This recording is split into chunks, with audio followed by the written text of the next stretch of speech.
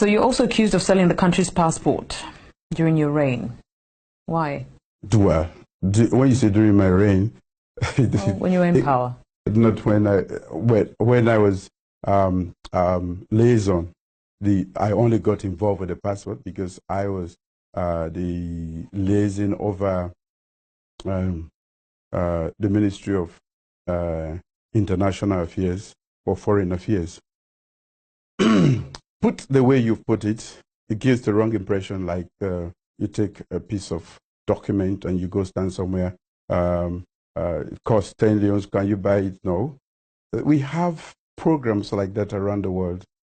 We are in, you can actually have a US passport, you can have a Canadian passport if you invest a certain amount of money in the US or in the UK and so on and so forth. That program had been started by the APC. It was on. In fact, when we took over, the government instituted an investigation into that program. When we realized that this was at the time when Hong Kong was about to be reverted to Chinese leadership, and Macau, most of these people did not want to go under the Chinese, so they were looking for to carry other passports. So this program had been working, had been there even before we took over, and we wanted to stop it. When we investigated further, we realized that, yes, that's a good program.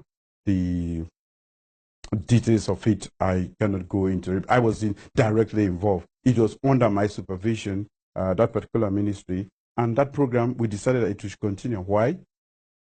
We were faced with a situation wherein the World Bank and the IMF said we cannot take a penny from our treasury to fight the war.